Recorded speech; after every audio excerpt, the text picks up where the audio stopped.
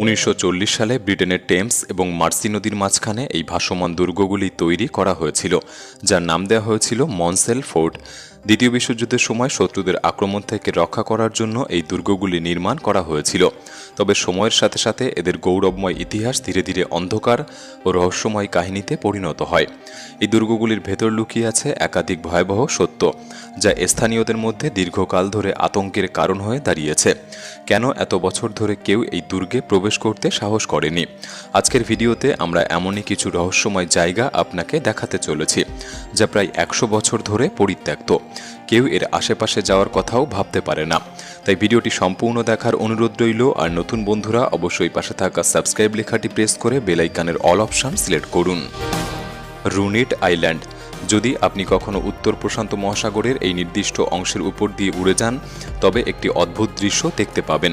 কিন্তু সেখানে নেমে যাওয়ার কথা আপনি কল্পনাও করতে পারবেন না, কারণ এটি রুনিট দ্বীপ, যা বিশ্বের অন্যতম বিপজ্জনক স্থান। এটি 40টি দ্বীপ নিয়ে গঠিত একটি দূরবর্তী এবং বিরল এলাকা, যা দ্বিতীয় বিশ্বযুদ্ধের পর মার্কিন যুক্তরাষ্ট্রের পারমাণবিক অস্ত্র পরীক্ষার জন্য বেছে নেওয়া হয়েছিল। 1948 থেকে 1958 সাল পর্যন্ত এই দ্বীপে 43টি পারমাণবিক পরীক্ষা চালানো হয়, যার ফলে 85,000 কিউবিক মিটার অত্যন্ত বিপজ্জনক তেজস্ক্রিয় বর্জ্য এখানে থেকে যায়। সেই বর্জ্যের মধ্যে প্লুটোনিয়াম 239ও রয়েছে, যার অর্ধেক ক্ষয় হতে সময় লাগে প্রায় 24,000 বছর। সুতরাং এই বিপজ্জনক বর্জ্যগুলিকে তারা কী করেছিল? এর উত্তর হলো এই বিশাল ইউএফও আকৃতির গোলাকার বস্তুটি। মার্কিন সরকারের পরিকল্পনা অনুযায়ী এই বজ্রগুলি একত্র করে দ্বীপের 330 ফুট প্রশস্ত একটি গর্তে ফেলা হয় এবং তার উপর 18 ইঞ্চি পুরু কংক্রিটের ঢাকনা তৈরি করা হয়। এরপর থেকে গোটা দ্বীপ সাধারণ মানুষের জন্য নিষিদ্ধ করা হয়। তবে মার্কিন শক্তি বিভাগ 2020 সালে একটি প্রতিবেদন প্রকাশ করে আশ্বাস দেয় যে আগামী 20 বছরের জন্য কোনো বিপদ এখানে নেই। তবে আশেপাশের দ্বীপের বাসিন্দারা এতে নিশ্চিন্ত হয়নি এবং এই ভয় পাওয়াটাই স্বাভাবিক, কারণ যদি কংক্রিটের এই গম্বুজে ফাটল ধরে বা ভেঙে যায়, তাহলে গোটা অঞ্চল জুড়ে ভয়ঙ্কর প্রভাব পড়তে পারে এবং এই পারমাণবিক পরীক্ষা এলাকার পাশে জন্ম নেওয়া যে কারোর জন্য অভিশাপ হতে পারে। নরকের প্রবেশদ্বার। 1965 সালে ইতালির প্রত্নতত্ত্ববিদেরা প্রাচীন ফ্রিজিয়ান শহর হিয়েরাপোলিসের ধ্বংসাবশেষে খুঁজে পায় এক অদ্ভুত আবিষ্কার, একটি ছোট্ট পাথরের খিলান, যার মধ্যে একটি প্রবেশপথ। সেই প্রবেশপথ একটি গুহার দিকে নিয়ে যায়, যা একজন মানুষের দাঁড়িয়ে থাকার মতো যথেষ্ট বড়, কিন্তু এর ভেতর থেকে বিষাক্ত গ্যাস বের হতে দেখা যায়। তখন এই সুড়ঙ্গ পথটির নাম দেওয়া হয়েছিল নরকের দরজা। অবশ্য এটা সত্যি হতে পারে যদি আপনি সেই প্রাচীন শহরের কিছু ধারণা বিশ্বাস করেন। তারা মনে করত এই গ্যাস গ্রিক দেবতা প্লুটো দ্বারা তৈরি হয় এবং এই গুহাটি তার রাজ্যের প্রবেশদ্বার। তাই তারা এখানে একটি ধর্মীয় স্থাপনাও তৈরি করেছিল, যা প্লুটোনিয়ান নামে পরিচিত। এটি খ্রিস্টপূর্ব 100 সালের দিকে তৈরি হয়েছিল। এখানে যে বিষাক্ত গ্যাস ছিল তা মূলত উচ্চমাত্রার কার্বন ডাই অক্সাইড। গুহা থেকে গ্যাস বের হয়ে মন্দিরের মেঝেতে ছড়িয়ে পড়ত এবং রাতে যে কোনো প্রাণী এখানে ঢুকলে শ্বাসরুদ্ধ হয়ে মারা যেত। কিছু পুরোহিত নিজেদেরকে ঈশ্বরের আশীর্বাদ ধন্য প্রমাণ করতে এই গুহায় ঢুকেও জীবিত ফিরে আসত। তবে এটাও হতে পারে গুহার ভেতরের কিছু অংশে অক্সিজেন প্রবেশের জায়গা ছিল, যেখানে থেকে তারা শ্বাস নিতে পারত, অথবা তারা হয়তো দম ধরে রাখত। কেউ বলে এই ঘটনা মিথ্যে, এটি কোনো নরকের দরজা নয়। যাই হোক, এই গুহা থেকে এখনও বিষাক্ত গ্যাস বের হয়। তাই অসাবধান পর্যটকদের মৃত্যুর হাত থেকে রক্ষা করতে মূল প্রবেশপথটি 1970 সালে বন্ধ করে দেওয়া হয়েছিল এবং অন্য আরেকটি গুহাও সাথে বন্ধ করে দেওয়া হয়, যেখানে আর কেউ কোনোদিন যেতে পারবে না। Plague island. ভেনিস এবং লিডোর মাঝখানের সমুদ্রে ভ্যানিসিয়ান লেগুন নামে পরিচিত একটি এলাকায় অবস্থিত একটি ছোট্ট দ্বীপ, যার অতীত এতটাই দুঃখময় যে 1960-এর দশকের শেষ থেকে এখানে যে কোনো সংস্পর্শ নিষিদ্ধ। এটি পাভেকলিয়া দ্বীপ। এখানে 7ম শতাব্দীতে প্রথম বসতি স্থাপন শুরু হয়েছিল এবং দ্বীপটির জনসংখ্যা ধীরে ধীরে বাড়তে শুরু করে। তবে 14শ শতাব্দীর শেষ দিকে যুদ্ধের কারণে এখানে বসবাসরত মানুষদের নিরাপত্তার জন্য সরিয়ে নেওয়া হয়। ভ্যানিসিয়ানরা যুদ্ধ জিতলেও দ্বীপটি কয়েক শতাব্দী ধরে জনশূন্য থাকে।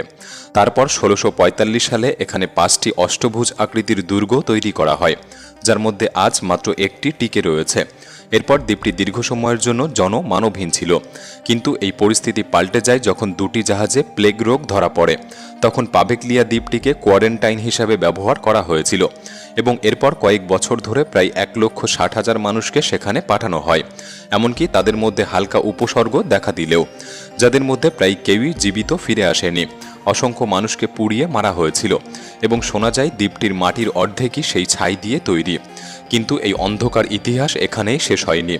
ব্ল্যাক ডেথ মহামারীর পর বিংশ শতাব্দীর প্রথম দিকে দ্বীপটি একটি মানসিক হাসপাতাল হিসেবে ব্যবহৃত হয়েছিল, যার ভগ্নাংশ এখনও দেখতে পাওয়া যায়। তবে সেই সময় মানসিক স্বাস্থ্যের উন্নতি খুব একটা বোঝা যেত না, তাই এখানে রোগীদের উপর বর্বর উপায়ে চিকিৎসা করা হতো, যেমন লোবোটমি এবং ইলেকট্রিক শক থেরাপি। স্থানীয় লোককাহিনী বলে একজন উন্মাদ ডাক্তার এই হাসপাতালে কাজ করতেন, যিনি রোগীদের উপর নির্মম পরীক্ষামূলক চিকিৎসা চালাতেন এবং অনেক রোগী সেই সব চিকিৎসার মধ্যে মারা যেতেন। 1968 সালে এই হাসপাতাল বন্ধ করে দেওয়া হয় এবং দ্বীপটি তারপর থেকে পরিত্যক্ত। জনসাধারণের জন্য এখানে প্রবেশ সম্পূর্ণরূপে নিষিদ্ধ হয়ে যায়। যদিও অফিসিয়ালি বলা হয় এটি ভঙ্গুর ভবনের কারণে ঝুঁকিপূর্ণ, তবে অনেকের বিশ্বাস এটি পৃথিবীর অন্যতম ভুতুড়ে স্থান, যেখানে কয়েক হাজারেরও বেশি ব্যথিত আত্মা চিরকাল ঘুরে বেড়াচ্ছে। ভূতের রোলার কোস্টার। 2012 সালের শেষের দিকে আপনি যদি নিউ জার্সির সিসাইড হাইটসের সমুদ্র তটে হাঁটতে যেতেন, তাহলে সমুদ্রের ভেতর থেকে বেরিয়ে আসা এক অদ্ভুত দৃশ্য দেখতে পেতেন, একটি রোলার কোস্টারের কঙ্কাল। তবে কে সমুদ্রের মাঝে এই রোলার কোস্টারটি তৈরি করবে? এটি হলো স্টারজেট রোলার কোস্টার, যা সবসময় সমুদ্রের মধ্যে ছিল না। এটি 2002 সালে সমুদ্রের উপকূলে তৈরি করা হয়েছিল। তবে 2012 সালের অক্টোবর মাসে ভয়াবহ হারিকেন স্যান্ডি উপকূলে আঘাত হানে এবং গোটা কাঠামোটিকে সমুদ্রে ফেলে দেয়। অবাক করার বিষয় হলো, ঝড়ের ধ্বংসাত্মক গতির মধ্যেও রোলার কোস্টারের উপর তেমন ক্ষতি হয়নি। তবে যদিও এটি যাত্রার জন্য মোটেও উপযুক্ত ছিল না। ভুতুরে এই রোলার কোস্টার কয়েক মাস ধরে সমুদ্রের বুকে দাঁড়িয়ে থেকে ঝড়ের ভয়াবহতার প্রতীক হয়ে ওঠে। এরপর 2013 সালের মে মাসে কর্তৃপক্ষ এই ভয়ালো কাঠামোটিকে চিরতরে সরিয়ে দেয়। এটি ছিল অবশ্যই সঠিক সিদ্ধান্ত, কারণ উপকূলের এত কাছাকাছি একটি বড় মেটালের টুকরো রাখার ঝুঁকি কারোর জন্য কাম্য ছিল না, বিশেষত এমন একটি স্মৃতি যা কেবল দুঃখকেই মনে করিয়ে দেয়। আতঙ্কের সুড়ঙ্গ। বিশ্বের এমন কিছু জায়গা আছে যেগুলি এতটাই রহস্যময় যে আমরা এগুলি সম্পর্কে খুব কমই জানি, যেমন আর্টস্টল সুড়ঙ্গ। গোটা ইউরোপ জুড়ে এরকম প্রায় 2000টি সুড়ঙ্গ রয়েছে, কিন্তু ইতিহাসে এগুলির কোনো উল্লেখ নেই, যা বিষয়টিকে আরও রহস্যময় করে তুলেছে। বেশিরভাগ সুড়ঙ্গ এতটাই নিচু যে আপনাকে হামাগুড়ি দিয়ে এগোতে হবে এবং এদের সংকীর্ণ পথ ও বাঁকগুলি এমন যে একটু অসাবধান হলেই আটকে যাওয়ার ঝুঁকি রয়েছে। এই কারণেই এগুলি সাধারণ মানুষের জন্য বন্ধ করে রাখা হয়েছে, আর আমি তো এমন সংকীর্ণ পথে হামাগুড়ি দেওয়ার কথা ভাবতেও পারি না। এই সুড়ঙ্গগুলির প্রবেশপথ বিভিন্ন জায়গায় জায়গায় পাওয়া যায়, যেমন পুরনো বাড়ির রান্নাঘর, গির্জায়, এমনকি বনাঞ্চলের মাঝেও। এতে মনে হয় যেন এগুলির স্থানের কোনো নির্দিষ্ট নিয়ম নেই। তবে ঐতিহাসিকদের ধারণা এই সুড়ঙ্গগুলি মধ্যযুগে তৈরি করা হয়েছিল এবং বেশিরভাগই গ্রাম বা বসতির কাছাকাছি অবস্থিত। তবে মজার ব্যাপার হলো, এগুলির কোনো নির্গমন পথ নেই, যা সুড়ঙ্গগুলিকে আরও ভয়ঙ্কর করে তোলে। এগুলি তৈরির আসল উদ্দেশ্য সম্ভবত হঠাৎ আক্রমণ থেকে বাঁচার উপায় ছিল, যেখানে স্থানীয়রা নিরাপদে কিছু সময় থাকতে পারবে। এই কারণেই এগুলির কোনো ঐতিহাসিক রেকর্ড উল্লেখ নেই, কারণ এগুলির অস্তিত্ব গোপন রাখা হয়েছিল। আর এই গোপনীয়তা বজায় রাখার জন্যই এগুলি এত ছোট এবং সুড়ঙ্গের মুখগুলি লুকোনো ছিল। তবে দিন শেষে আমরা কেউই নিশ্চিতভাবে বলতে পারি না এগুলি কেন তৈরি করা হয়েছিল। যা আমরা করতে পারি তা শুধুমাত্র ধারণা। পরিত্যক্ত দুর্গ। দ্বিতীয় বিশ্বযুদ্ধের এমন বিভিন্ন জিনিস সারা বিশ্বে ছড়িয়ে ছিটিয়ে রয়েছে, কিন্তু আপনার সামনে থাকা এই স্থানটিকে যদি মনে করেন এটি অন্য কোনো বিশ্ব থেকে এসেছে, তা ভাবাটাও হয়তো ভুল হবে না। এই অদ্ভুত এলিয়ানের মতো কাঠামোগুলি ব্রিটেনের টেমস এবং মার্সি নদীর মুখে দেখা যায়। এগুলি হলো দ্বিতীয় বিশ্বযুদ্ধের সময় নির্মিত দুর্গ, যেগুলিকে মনসেল দুর্গ বলা হয়। রয়্যাল নেভি এই দুর্গগুলির কার্যক্রম পরিচালনা করত এবং জার্মান বিমান হামলা প্রতিরোধ এবং পর্যবেক্ষণ করার জন্য সেগুলিকে ব্যবহার করত। যুদ্ধ শেষ হলে দুর্গগুলি বাতিল করা হয় এবং বেশিরভাগই পরিত্যক্ত হয়ে যায়। তবে এই ঘটনাটি ওই একই সময়ে ঘটেনি। টেমসের পারে অবস্থিত এই পরিত্যক্ত দুর্গের ইতিহাস আরও দুর্ভাগ্যজনক। 1958 সালে এটি পরিত্যক্ত হয় এবং কয়েক বছর ধরে খালি পড়েছিল।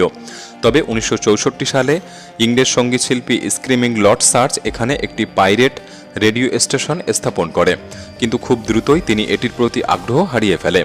তার বন্ধু রেজিনাল্ড ক্যালভার্ট এটি কিনে নিয়ে সংস্কার করে এবং রেডিও সিটি নামকরণ করে। সবকিছু ঠিকঠাক চলছিল যতক্ষণ না 1965 সালের জুনে ক্যালভার্টের প্রতিদ্বন্দ্বী অলিভার স্মিডলি একটি গোপন অভিযানের মাধ্যমে রেডিও সিটি দখল করে এবং ক্যালভার্টের কাছে 5,000 পাউন্ড দাবি করে। ক্যালভার্ট অবশ্য অস্বীকার করেন এবং স্মিডলিকে বাড়িতে নিয়ে গিয়ে আলোচনার চেষ্টা করে, কিন্তু স্মিডলি আলোচনার জন্য প্রস্তুত ছিলেন না।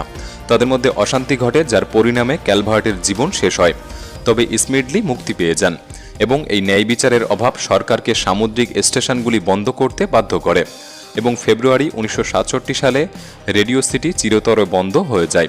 তখন থেকে দুর্গটি অযত্নে পড়ে রয়েছে এবং অধিকাংশ মনসেল দুর্গের মতো এটিও জনসাধারণের জন্য বন্ধ রয়েছে। এই নিষিদ্ধ স্থানগুলি আমাদের মনে করিয়ে দেয় যে কিছু জায়গা আমাদের জন্য বিপজ্জনক হতে পারে, যদিও তারা আকর্ষণীয় এবং রহস্যময়। তাদের ভয়ঙ্কর ইতিহাস এবং বিপদ আমাদের সতর্ক থাকতে শেখায়। এর মধ্যে কোন জায়গাটি সম্পর্কে আপনি আগেই জানতেন এবং এই ভিডিওটি আপনার কেমন লাগলো আমাদের কমেন্ট বক্সে লিখে জানাতে পারেন। ভালো লাগলে একটি লাইক করতে পারেন। তাহলে দেখা হচ্ছে পরবর্তী নতুন একটি এপিসোডে। ধন্যবাদ।